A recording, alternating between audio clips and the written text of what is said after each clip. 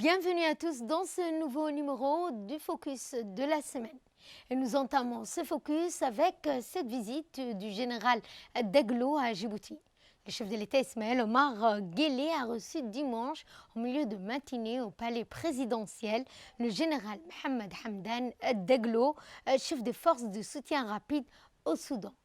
Eh bien, le déplacement du général Mohamed Hamdan Daglo à Djibouti a trait à la médiation conduite par le chef de l'État Ismaël Omar Guelleh et président en exercice de l'IGAD entre les deux principaux protagonistes de la guerre et notamment de la crise au Soudan. La suite dans ce commentaire. Le président de la République, son Excellence Ismaël Omar Guelleh, a accueilli ce dimanche matin au palais de la République le général Mohamed Hamdan Daglo, chef des forces de soutien rapide du Soudan. La visite du général Daglo à Djibouti est liée à la médiation menée par le président Guelleh, également président de l'exercice de l'IGAD, entre les acteurs clés de la crise au Soudan. Lors de l'entretien entre le président djiboutien et le général Daglo, la situation sur le terrain au Soudan a été discutée depuis avril dernier. Le Soudan est le théâtre d'un conflit sanglant, entraînant un nombre considérable de victimes, de blessés, ainsi qu'un exode massif de la population et la destruction quasi totale des infrastructures de développement du pays. Les discussions ont particulièrement mis l'accent sur les modalités concrètes de la rencontre, préalable à une résolution de la crise au Soudan. Comme prévu et comme convenu lors de la dernière sommet de l'IGAD entre le général Abdel Fattah al-Burhan et le général Mohamed Hamdan Daglo. Outre la participation du ministre des Affaires étrangères et de la coopération internationale, M. Mohamed Ali Youssouf, d'autres personnalités telles que l'ambassadeur de Djibouti auprès du Soudan, Issa Khair Roble, le directeur du département du monde arabe, Mohamed Al-Wali, et le secrétaire général de la présidence, Mohamed Abdillahi Waes, ont pris part à cette audience. La Banque africaine Saba a organisé un symposium scientifique organisé par l'autorité nationale de surveillance de la charia. Bien intitulé Les principes et les lois régissant les banques islamiques et les normes de la charia, eh bien, il convient de noter que les objectifs les plus importants poursuivis par l'autorité nationale de contrôle de la charia islamique sont de purifier les travailleurs financiers islamiques travaillant à Djibouti des impuretés usuaires à la lumière des dispositions de la charia islamique. La suite dans cette séquence. Dans une atmosphère vibrante à savoir et d'innovation, la Banque africaine de Saba a récemment accueilli un symposium scientifique d'envergure organisé par l'autorité nationale de surveillance de la charia. Cet événement d'importance capitale a jeté une lumière éclatante sur les avancées significatives dans le domaine de la finance islamique à Djibouti. Sous la présidence éclairée de M. Ibrahim Abad Ibrahim, le président de l'autorité nationale de surveillance de la charia, le symposium intitulé « Les principes et les lois régissant des banques islamiques et les normes de la charia » a attiré l'élite des représentants des banques islamiques nationales, des universitaires renommés, des membres de la société civile, des divers invités éminents. Le professeur Dr Fattah bin Abdullah Mourad, directeur de la Banque africaine Saba, a orchestré des discussions captivantes qui ont mis en lumière les principes guidant les opérations des banques islamiques, tout en soulignant les normes strictes de la charia qui les encadrent. Ce symposium a été bien plus qu'une simple réunion. Il a servi de plateforme dynamique pour partager des idées novatrices et discuter des orientations futures et des finances islamiques à Djibouti. Dans son discours d'ouverture, M. Ibrahim a souligné l'impératif pour les professionnels des banques islamiques de maîtriser les principes régissant leur secteur. Il a mis en évidence le rôle crucial de l'autorité dans la recherche et la proposition de nouveaux produits de transactions pour les institutions financières islamiques à Djibouti, soulignant ainsi l'engagement continu envers l'excellence et l'innovation. Le discours a également mis en avant l'activité dynamique des banques islamiques dans l'amélioration des services bancaires, soulignant le rôle pivot de la Banque centrale de Djibouti dans le développement du système bancaire islamique par le biais de réformes continues de son cadre juridique et réglementaire. Et nous allons à Dikil pour parler de la caravane numérique qui a éliminé avec son voyage technologique et éducatif. La suite dans ce commentaire. La troisième foire commerciale de Djibouti a récemment pris un tournant novateur avec le lancement de la caravane du numérique, une initiative captivante du STID, le Centre des technologies de l'information et de la digitalisation.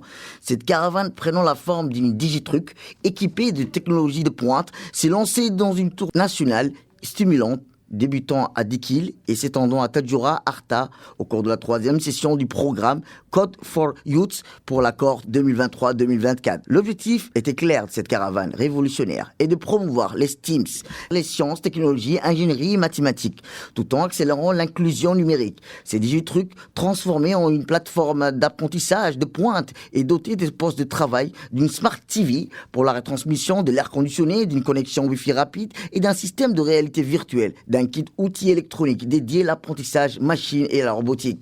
Au-delà de sa mission éducative, la caravane du numérique aspire à renforcer l'inclusion territoriale et à lutter contre la fracture numérique en offrant des opportunités d'apprentissage à diverses populations. Des programmes de formation variés sont proposés, s'adressant aussi bien aux jeunes qu'aux seniors des régions visitées. Le STID, à l'origine de cette initiative, invite la population djiboutienne à saisir cette opportunité unique pour enrichir ses connaissances en STEAM. Chaque participation contribuera à faire de Djibouti une Smart Nation, en alignant avec la vision du président de la République, son Excellence Ismaël Merguele. Cette vision aspire à transformer Djibouti en une nation intelligente, composée des citoyens avertis, technologiquement compétents. L'initiative a reçu le soutien crucial des partenaires tels que le ministère délégué chargé de l'action numérique, le Centre de leadership de l'entrepreneuriat, le PNUD, la Banque mondiale, le MENFOP. Le STID exprime sa fierté pour le lancement de cette initiative pionnière à Djibouti et adresse des remerciements sincères à ses partenaires dont le soutien a été déterminant pour le succès de la caravane du numérique à Dikil. Et dans ce focus, cette fois, nous allons parler de l'émergence des mégalopoles en Afrique. Un continent en plein essor ouvre la voie à des opportunités d'investissement. La suite dans ce commentaire. La croissance démographique rapide des évolutions du monde du travail en Afrique crée un terrain propice à l'émergence et l'expansion des mégalopoles sur le continent. Cette tendance suscite un ensemble complexe de défis et de promesses sur l'avenir avec une population jeune, une constante augmentation. Les Nations Unies estiment que l'Afrique atteindra 1,4 milliard d'habitants d'ici 2050. Beaucoup cherchent à s'installer dans des zones urbaines en quête d'opportunités d'emploi et de meilleure qualité de vie. Actuellement, des centres urbains tentaculaires comme Kinshasa, Lagos et le Caire ont déjà émergé, tandis que d'autres dans le Cap et Nairobi sont en passe de devenir des mégalopoles par entière. Cependant, cette croissance rapide pose des défis urgents, notamment la nécessité d'infrastructures améliorées pour soutenir la population croissante et maintenir une qualité de vie. Les opportunités découlent de cette urbanisation rapide sont considérables. La classe moyenne africaine en expansion crée une demande accrue des équipements sociaux et culturels, ouvrant ainsi la voie à d'importants investissements nationaux et internationaux. Des secteurs tels que l'immobilier, l'hôtellerie et les loisirs, les soins de santé sont autant domaines propices à la croissance économique. Des projets ambitieux voient déjà le jour sur le continent, avec l'Égypte construisant une nouvelle capitale administrative et le Kenya développant une ville technologique inspirée de la Silicon Valley.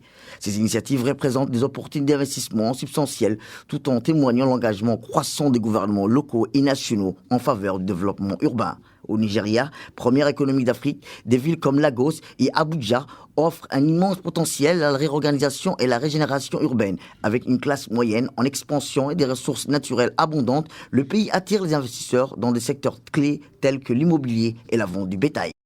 Et pour clore ce focus, nous allons en Palestine. Le Hamas a salué l'Afrique du Sud pour sa plainte historique contre Israël et dévoile sa vision de sortie de crise.